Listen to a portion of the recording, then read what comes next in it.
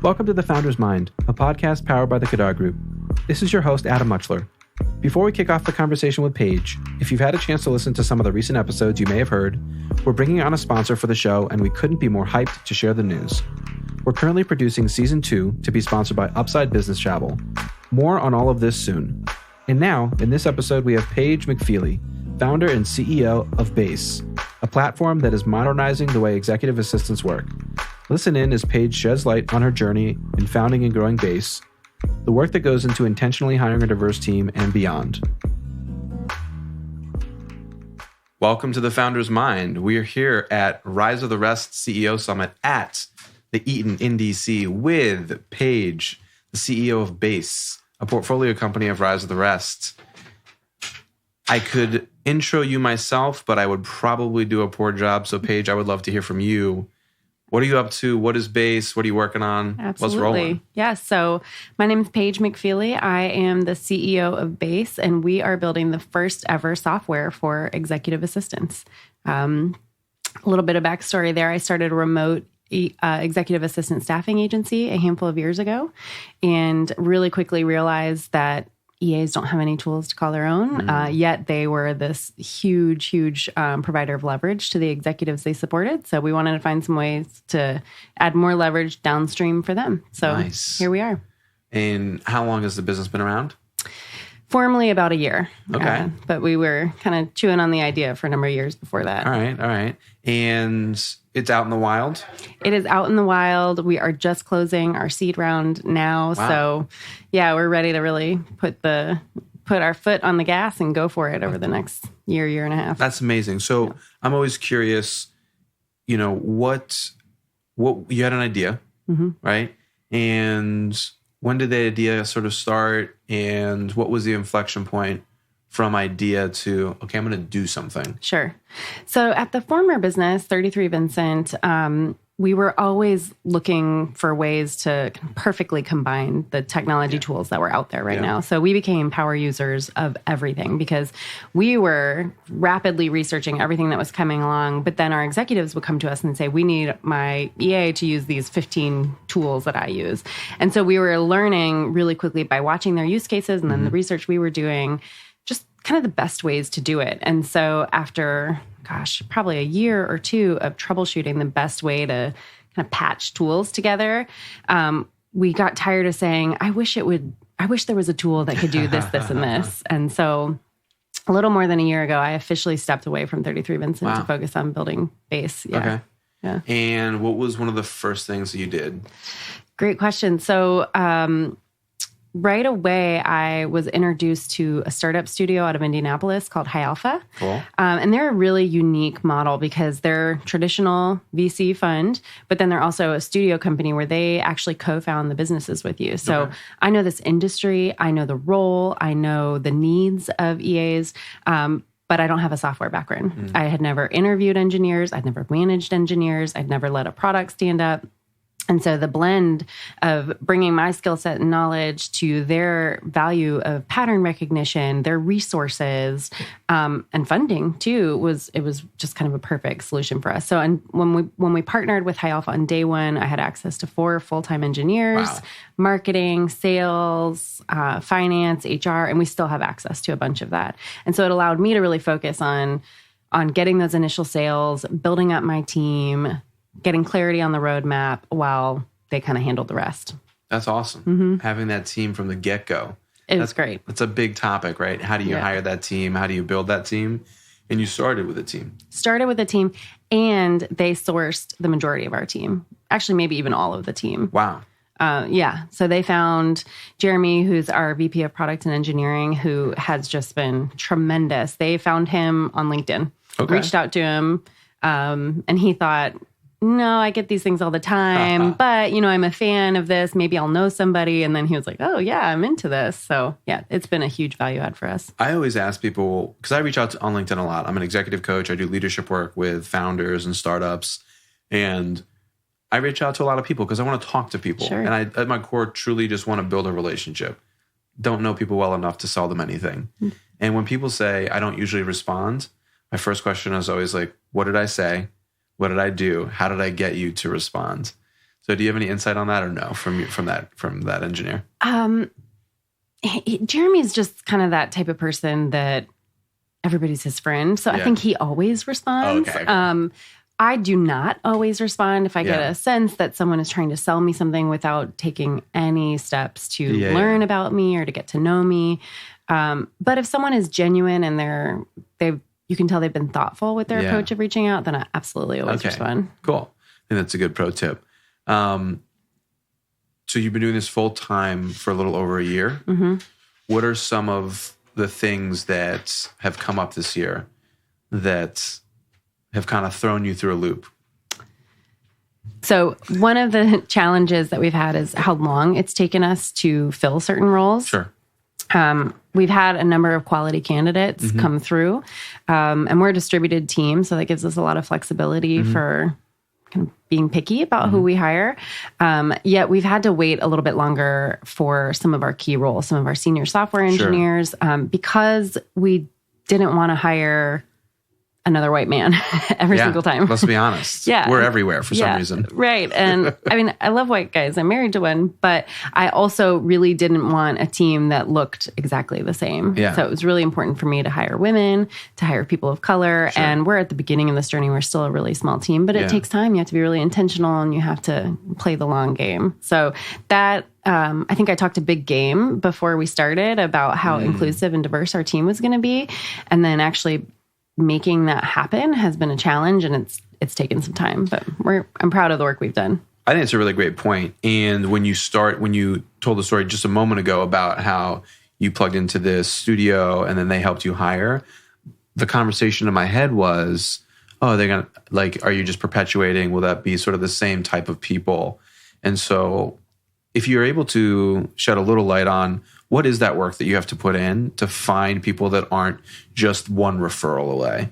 Right. Yeah. So High Alpha, they're in Indianapolis. And so they've got a really, really great network there. I'm not in Indianapolis. I'm in Greenville, South Carolina. Okay. And I'm one of their only remote teams. So while they do offer this tremendous sourcing resource, a lot of the benefit is if you're in Indianapolis, which I'm not. So it kind of pushed them out of their comfort zone too, to take a broader net and to get a more diverse pool of candidates in there. And I think there were probably times where they wanted me to stop asking for that. But it was really, really important to us. On our side, the things that we did have control of, what groups are we in? Who are we reaching out to? Who are we just getting to know, even though we're not ready to hire for certain roles? Sure.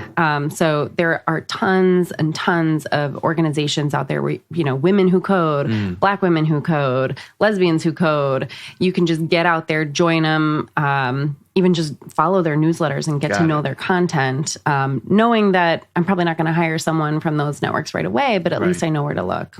I think that what you just mentioned really resonates with this idea of building relationships, and relationships precede results. And that's something I think about a lot and I talk about a lot.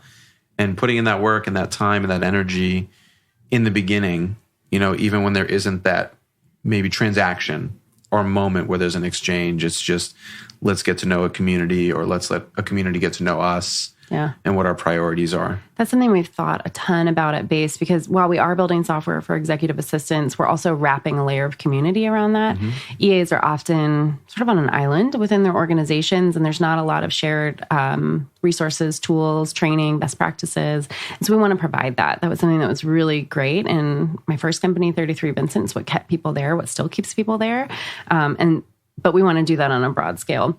And so now, as we're in this early kind of precarious stage where the results really, really matter, we're trying to walk that line of how can we provide valuable content and resources to show that we really believe in this industry and we want to support it, even though it may not have a direct line to revenue or to sales. Right. EAs are generally not the buyers for us. They don't have their own discretionary budget, yet we want to be unabashed cheerleaders of them. And so walking that line of figuring out how do we do that, even though it may not be a direct line of revenue, is a challenge for us. I think it's interesting. And I wonder if there's an opportunity either in the short or long term where EAs, and for those that didn't catch the acronym executive assistant. Yes, thank you. Can advocate for a budget, even a small one. hey, to make my life easier so that I can continue to make your life easier. Absolutely. Having that resource. I think so. And our grand vision for Base is really to change the conversation. Right now, I think assistants in any form are widely considered to be a luxury. But I think if we do our jobs right in the next 5-10 years, it's going to be considered a best practice for an EA to be among your first 5 hires in a startup. Yeah. And if you're in a large corporation, anybody who you consider to be a high performer really ought to have some access to an assistant. And so through this conversation, we want to democratize access to assistants. And as part of that, it's talking about how do you incentivize them to enjoy their role, to stay there, and to want to be that servant leader within your organization. I know that the average EA exec tenure is only about 3 years. Wow. Right. And transitioning from one EA to another as an executive is really, really painful. Yeah. And there are literally movies about it. It's so hard. Yes. And so our software will help to minimize some of that pain, just because for the first time ever, all of the executives' preferences, information, everything will become portable because of the workspaces that we have in there.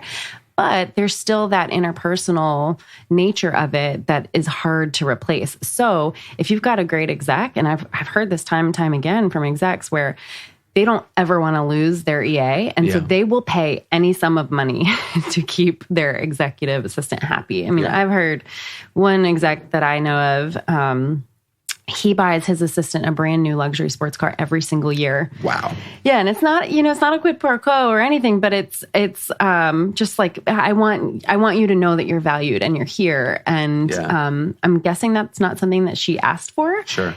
It's something that the executive did to take initiative to make sure that she's happy. And so finding that balance, because the EAs that I've worked with so far generally aren't super comfortable asking for things for themselves. Right. So empowering them to show I'm adding value, I'm creating more time in my day, I can be more strategic without having to say, hey, can I have this money to buy the software? So is this part of the content creation? Is starting that empowerment and that conversation? Yeah, both for the EAs and the executives. If you really think about the level of strength and humility it takes to receive help well, it's pretty intense. It can be intense to do that right. And so I get a lot of joy out of working with executives to finding maximum potential in those relationships and coaching them on how to get the most value out of those relationships, because it's not an easy thing to do right. And it takes a lot of self-awareness. And so our content will be focused on empowering the EAs, but also working with executives on finding the greatest value with their their EA. Are you gonna do a little like how to find the best executive assistant, how to vet, how to connect, and maybe pair them up with some of the partners that we've worked with, 33 Vincent, of course, but then we're also partnering with this tremendous agency called Belay, and they've been growing so rapidly, and they're all remote virtual assistants. And so there's a lot of different things that you can do, or if you don't want to do the hard work of hiring and screening and training and all of that, you can find partners that can give you a low-risk assistant. Sure. Can you really briefly, you've mentioned 33 Vincent several times. Yes. And I know that on LinkedIn you are a part of it. Yes. So like high level, I don't know if that's the focus these days, but just tell us a little bit about what that is. Sure, yeah. So I have stepped away from 33 Vincent, but it is 33 Vincent is a remote executive assistant staffing agency. So they hire the executive assistants through a pretty rigorous screening process, train them, and then they match them with executives who need part-time remote support. It's been growing really rapidly. I started it with one of my best friends from college, and it's just been this tremendous, life-giving community that also provides executive assistant support. So you started 33 Vincent? Started that, yes. Okay. And other things that you have started in the past? Not officially, no. Okay, what about unofficially? Yes, my husband is a serial entrepreneur. Okay. He's the idea guy, and I'm more of the operations logistics, where I'm like, oh, that's going to be a lot of work. I don't think we should do that. So we've got a lot of pet projects right now, real estate development. We have dreams of opening up an Acton Academy, which is sort of like, it's a modern schoolhouse. So you have older children teaching younger children, and we've got 3 little kids. And we've got a lot of ideas. I love it. Yeah. I mean, I got a lot of ideas swimming too. And I always think it's interesting to even just verbalize them. And it sounds like you have, but sometimes put them outside of your inner circle. Yeah. And just see what comes out of it, what comes up. What's a piece of advice that you've received, and if there's more than one, please share, that has been particularly impactful? And let's talk about for base. Mm-hmm. So for base in particular, this opportunity kind of slapped me in the face. It was one that I felt like I needed to do because I was in the right position. Okay. I think I had the right background and skill set to make it a reality. But I'm not the type of person that I don't want to be an entrepreneur forever and ever. I don't get a rush out of pitching, and it's a necessary aspect of this business, and I think I can do it pretty well. Okay. But that's not how I spend my time for fun. So I think some of the advice that I've been given from other women who've done this and they've had families while doing this is letting go, or rather redefining what success looks like. Sure. So it may no longer be cleaning my own house or grocery shopping. I haven't been into an actual grocery store in over a year. Thank goodness for Instacart. But I think that all of us, men and women, we assign ourselves certain baggage, and you just can't do it all. And so most of the advice that's been the most valuable to me is just to let go of that and just be comfortable with what you've done. Consider that to be a success rather than what you think you should be doing. Letting go is such a hard thing. It's so hard. It's like we have the ability to hold on to things almost as if it's our full-time job. And it occupies so much space in our mind. And I mean, you said you're a parent of 3.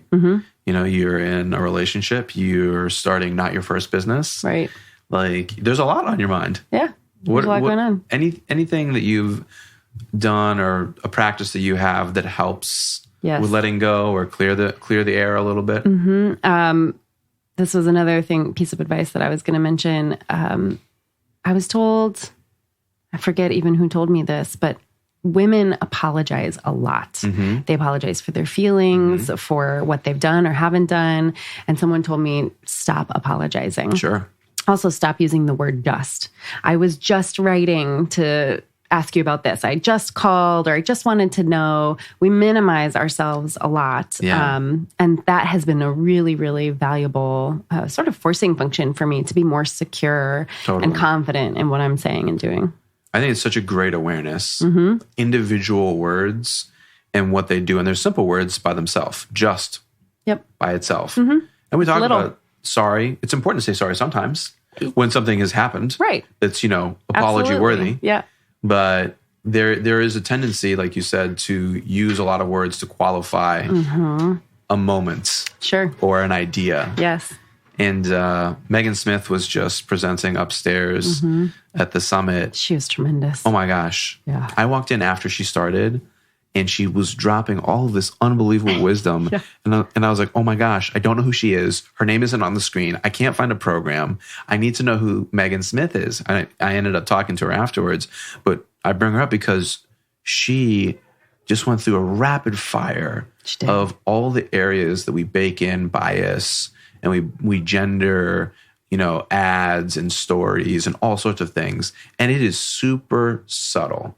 It is. To the untrained eye. It's something I've become so aware of. My children are boys. I've got 3 young boys. So I'm raising 3 future white men, and it is my mission in life to have them be aware of the privilege that they stand on, of everything that they've been given, and to do something about it. It's a journey that we came to as an adult, as adults, my husband and me, but how can we bake that in now? And then all the gender expectations put on them by everybody. Oh, you're so tough. You're so brave. You're so, strong. We don't do that to little girls in the same way. Which they might be, by the way, but we don't do it to women. Right. Yeah. Like, I never had a single Lego set growing up, but you know what? I'm really good at them. I've learned. It's such an amazing point that you bring up. And I have an 11-month-old son. It's my first child. And I think about a lot of the same things that you're discussing right now. And one of the things that I do as an adult, and it sounds like maybe you do as well, is I ask myself, how am I leveraging my privilege? How am I leveraging my access? And I ask myself that a lot. And I don't just ask myself that. I find ways to do it.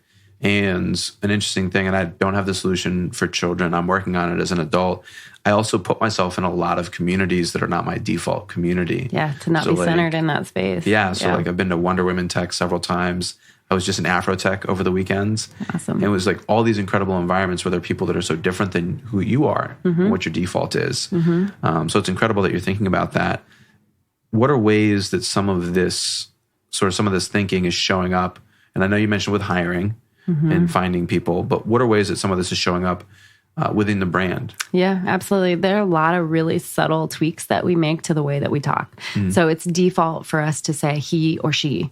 Can we switch that and say she or he? Yeah. And then we do a lot of brand examples or product examples and demos where the executive, you might just typically think of an executive as a man and an EA as a woman. But how can we flip that around with our conversations, with our examples, and then who we hire as well? We try to, whatever you think might be the go-to default for that role, let's flip it where we can. So it's subtle, I think. Or even just using she as the default. The default, right. We so quickly default to he in almost every situation. I like to poke a little bit with friends and people that I have a little bit of trust with when I talk about a client or someone and I don't use names or pronouns, and they'll ask a question and they'll say, well, what did he do about that? Yeah. I'm like, interesting.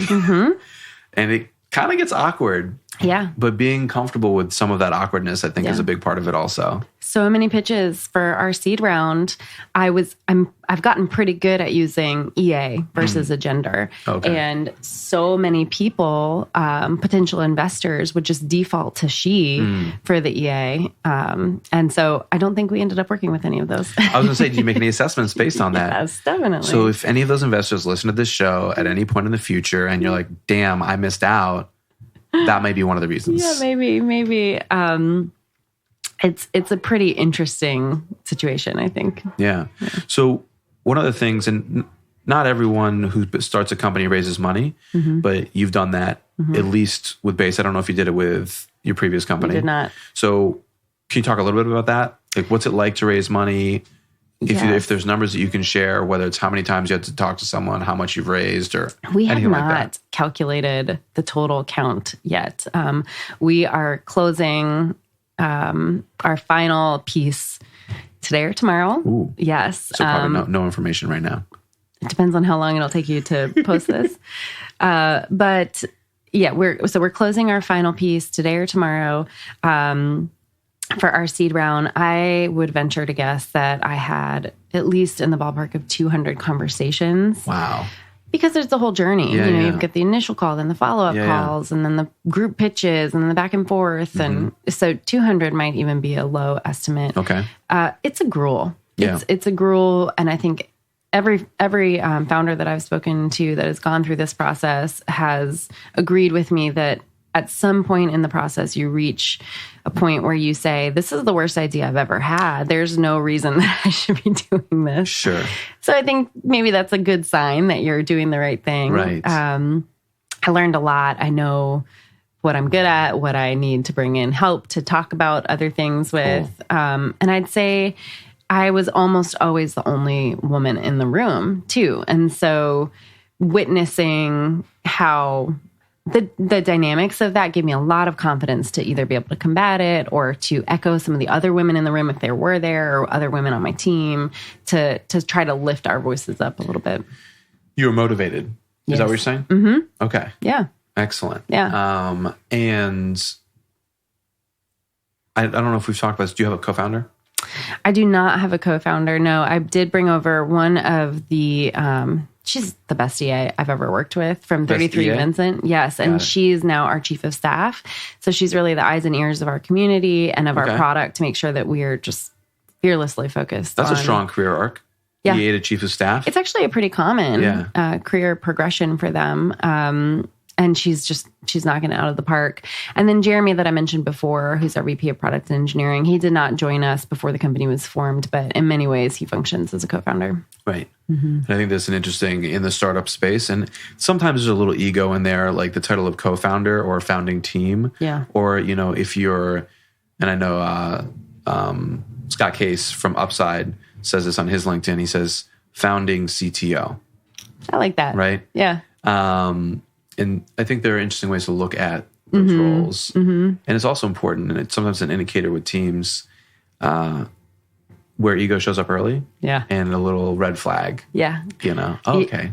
This was kind of an aha moment for me. We don't have a lot of ego on the team quite yet. Great. And maybe it's coming with future hires. We're hiring, so we'll see. But it's been pretty great. Everybody just wants to see us succeed. It feels like everybody so far feels like it's their company. That's great. Which is what we want. And I think, there is a little PTSD about like what people's past experience have been. Sure. But when you really focus on that culture and the types of people you're interviewing and talking to and what you listen for, maybe it won't show up. Maybe it'll be a group of people that are really on board. We were trying to be very, very specific with our culture. I think we've taken great leaps in defining it early on, which I know is not common in startups. And we try to be intentional with hiring people who are going to expand our culture, not just fit it. So how can we be pushed to grow and think differently and think bigger? That's great. So hopefully closing your seed rounds imminently. Yes. Most likely before it could this be right now. Yeah, most likely before this episode hits anything. Yep. How should people follow you, follow the company? If you're raising money, you're probably going to be hiring. Yep. How should people follow along? Yeah, so you can find all of that information on basehq.com. And all of the job postings are there. All of our social media, you can get into our product from there as well. Our blog, content resources. The most heavily visited place on our website are desktop wallpapers that we put out every month. Okay. We're speaking the EA language with that. And everybody just anxiously awaits them when they come out each month. So awesome. You can find all things about us right there. Great. Well, listen, Paige, thank you so much for being on the show. It's great to have you in DC. And I recommend anyone that's listening, check out Base and follow along and see what they're up to. Thank you so much. It's been a pleasure. Cool. Thank you for listening to this episode of The Founder's Mind. Check back soon for Season 2, sponsored by Upside Business Travel. Learn more about Upside at upside.com. If you like what you're hearing, we'd love your support. Sign up to be a funder of The Founder's Mind. To support the show, you can go to the show notes or head to thefoundersmind.com and click the link Funder. To make sure you don't miss any awesome wisdom from guests and stay up to date on the most recent episodes of the show, be sure to visit thefoundersmind.com. You can also follow along on social at thefoundersmind. Last but not least, thank you to Roy Matz for the music on this show and his dope editing skills that make The Founder's Mind possible. Until next time, take care. Going through all of this insanity and try to bring new ideas, make them a reality. Illuminate in the thoughts, make it a priority to implement what you learn. What you get is what you be. In a world full of noise, hard to find that clarity to try to lead subtly, never full of vanity, and try to change something small or try to change humanity. Power forward through the dark. Founder's mind is what you see.